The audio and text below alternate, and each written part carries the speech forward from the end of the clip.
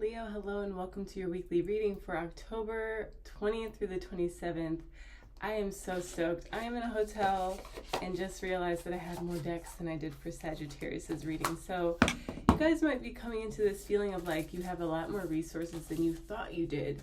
Whether you are at the first stages of a project, final stages, your resources could be in, and I almost said borsa, which is like scholarship in Italian. So your resources could be beyond what you felt was possible.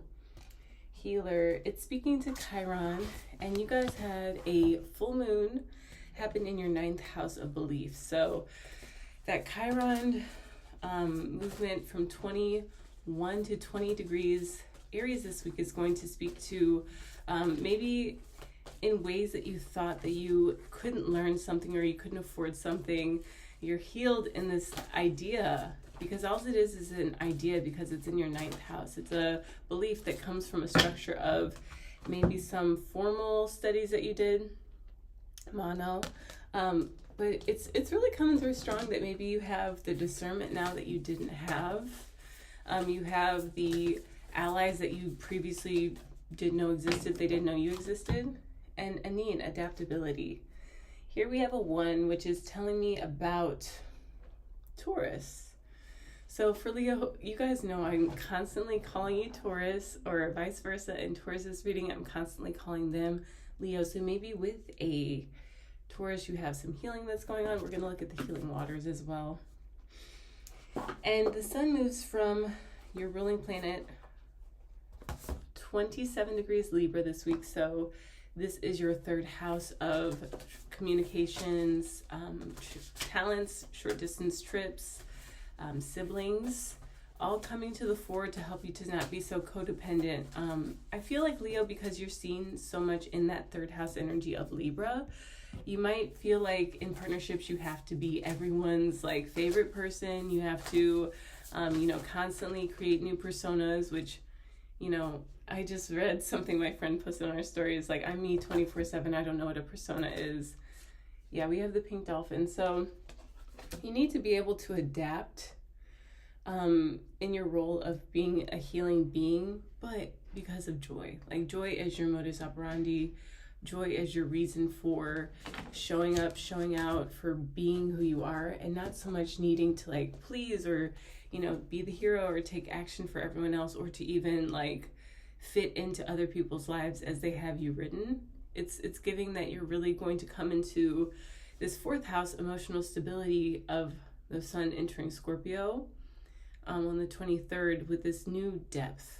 Scorpio does represent the 8th house of sex, death, transformation, and rebirth. And we know this because in your emotional foundation, you guys do require that pact, that solidarity, which is why maybe it could be for Leo. I'm not really sure. I don't know every Leo. You could be a Leo moon, you could be a Leo rising. It might be easy for you to shift into personas based on how you're feeling. And with that deep, watery energy of Scorpio, sex, death, transformation, and rebirth, because you're intimate with someone doesn't mean that they are rebirthing you. Because you have an ego death doesn't mean that you need to be intimate with someone in order to have these cycles continue. It's just more so asking you to be discerning of people who you give your time and energy and commitments to. If it's not giving joy, it's okay to have that boundary of time and space away from a circumstance, as long as your, relationships allow for it, as long as you make the time for yourself. And even just before doing your reading, I had to choose between barreling through it or just stopping to stretch, stopping to take care of myself after a flight. And I felt my shoulder out of socket a little bit. It's like I know the metaphysical reasons behind it, so I have to do better. I can't just allow things to sort of like go by and not really take that time to create structures that support what I value, which has to be me. And for you guys, you have to value yourself because it shows. It shows up in your relationships. It shows through your talents, how much time and energy you give to those. And then the authenticity of a painfully curated persona versus someone who's real, authentic, and just, their self-value speaks for itself. It's just like night and day. And 9, adaptability. The empowerment message. When you've set intentions for how your life could be different, better, fuller, juicier, prosperous, creative, more meaningful, etc., adaptability is the power you will need to rely on. The old familiar you, the one who is used to your comfort zone, is now invited to dance in uncharted territory.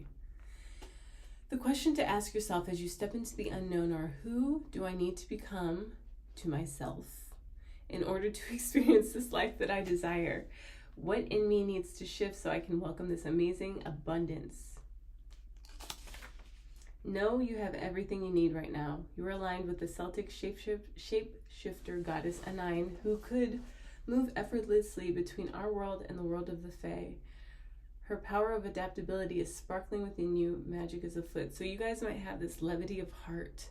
And we do have Venus moving through Sagittarius. So that is your 5th house. And it allows for you guys to maybe journey, to go on a trip, or to plan one, to welcome a new area of study that really suits you and brings you a lot of joy. And then also makes you on the road to being a master of your passion and your talent. So I forget where I read this, but it might have been in an audiobook. It said to become passionate about your talents so that you're distinguished, so that you can dive into it and, 12 hours goes by in the span of a couple days and you've just been devoted to one specific task that can put you in this direction that will have you unmatched. It will have you with people making lines out the door to shake your hand and speak to you in ways that take you further. They make you have that prosperity, more impact, and more meaning in your life.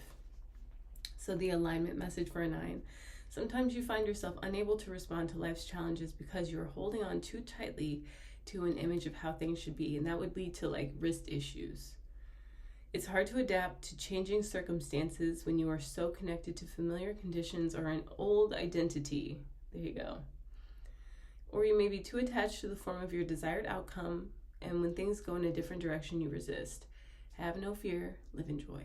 Instead, love these changes, be open and curious, call on the goddess Anine to embody her power of adaptability. Remember, she could effortlessly shift from one form to another and move between worlds without consequence. Trust that whatever you're bumping up against will dissolve through your willingness to simply be with what is and allow the magic to reveal itself. So just an example, Pharrell and Marc Jacobs are both Aries. And the way that there was an interview I watched where everyone was like, oh my gosh, Pharrell is kissing so much ass right now. And it's like, well, he has a right to do that. And flattery took him very far because he designed the Louis Vuitton collection for Japan and had this drone show and is doing the shows. Just, I don't know how many he did for Louis Vuitton collection, but he's still working with them. Flattery will take you everywhere, but it's more flattering to be flattering to yourself, and you take yourself everywhere, especially with Venus moving through Sagittarius, your 5th house. You all rule the 5th house. So we see you everywhere that you are, but right now the sun is in Libra, moving into Scorpio. So your emotional foundation will really be able to give you everything you need and maybe clear out some old beliefs that you had to do it all in one way that was shaped for you, rather than you shaping your own way and presenting that to the world fearlessly. The pink dolphin. Okay, celebration, fun, unbridled joy, open heart. So the soul inquiry is, how can you welcome more joy into your life? The Amazon River dolphin, also known as the pink dolphin because of its unique pinkish coloring, is an endangered marine mammal that lives in the freshwaters of the Amazon and Orinoco River basins in South America. I make a weekly playlist, and Orinoco Flow is going on there by Enya, just so you guys know. Deeply revered, it's the subject of many local myths and legends. It's said that if you go swimming alone, the pink dolphins may transport you to the magical underwater city of Encante. To be near dolphins is to experience a whole new level of play and joy. They are sisters to the whale. So if you ever want to watch some fun videos, just check out videos of dolphins and whales swimming together. It's really cute. This is a card of welcoming more joy into your life, to opening your heart and mind to new experiences and prioritizing happiness and fun, prioritizing play and taking time off from the monotony of our everyday life, to play like a child without being attached to the outcome. And I would say there is an importance to not having money as the target for everything. Like, if you could dedicate 60 minutes a week just to one activity, just pick one that you don't care about the outcome, you don't care about money, and that is that thing that you continuously build upon, it will bring money. It will eventually bring you all of the things that you need because you're cultivating passion around your talent, something that brings you joy.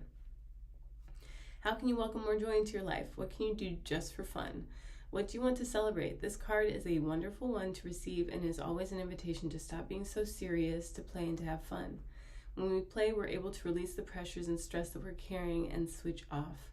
Often, when we do this, the two hemispheres of the brain can make connections and solutions that we previously couldn't see come flowing in. And I feel like I have to just say this because we can be really judgmental towards ourselves whenever something that we're doing isn't bringing like an outcome. But the whole point of it is to detach from outcomes at this time. Okay, I'm going to read the healer card. And then I will look at your days Sunday for the week ahead. We start on the 27th, or sun at 27 degrees Libra.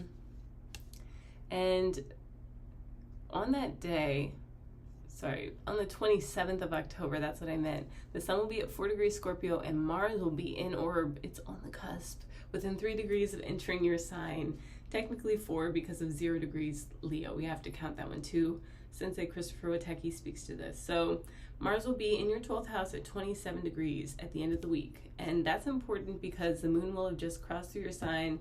You might feel like dewy and sleepy and dreamy from having the moon go through your sign and sort of highlight for you your emotions that you're feeling.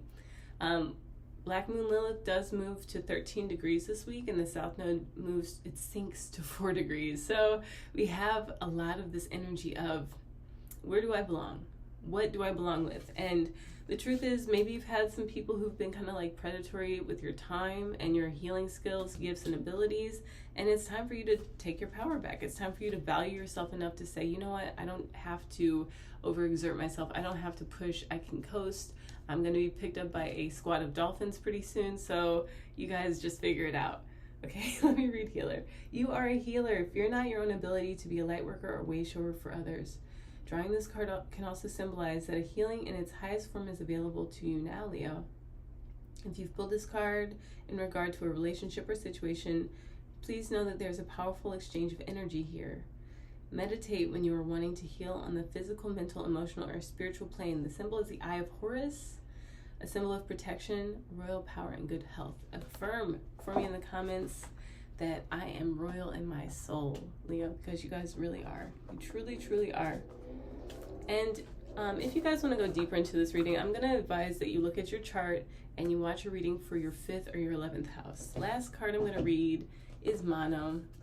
So you can watch it from me, you can watch it from another reader, but this will give you a more comprehensive understanding of the energy and guidance. So we pulled it with the red coral side up. The drive that leads you to enter treacherous waters has strength and courage underneath. Strength and courage can appear on the surface as loyalty and leadership. What is being called for here is the courage to take a leadership role. Sagittarius got a similar message. To be a leader does not mean that you never make mistakes or are free from fear. Leadership requires that you are able to make mistakes and that you have the courage to admit when you do. Leaders must also have the strength and courage to forgive not only others, but themselves for any mistakes they make as they travel in uncharted waters. Such tolerance enables a leader to guide and to protect. Although the waters through which you travel may appear desolate and dangerous, Mono appears to remind you that you are guided and protected, and you had the protection symbol from Horus. So, Leo, you guys got it going on. Make sure that you take that 60 minutes a week just for yourself to cultivate skills, gifts, and abilities that only you can do, and improve your talents, become passionate about them, and step away from being someone's fantasy because it's not going to serve you much longer. Thank you guys so much for watching. To my subscribers, thank you guys so much for being here. Be sure to watch your sun, moon, and your rising video. Share one of my readings with a friend. Support this channel by hitting that thumbs up button if it helps you. And until next time, Leo, all of my aloha.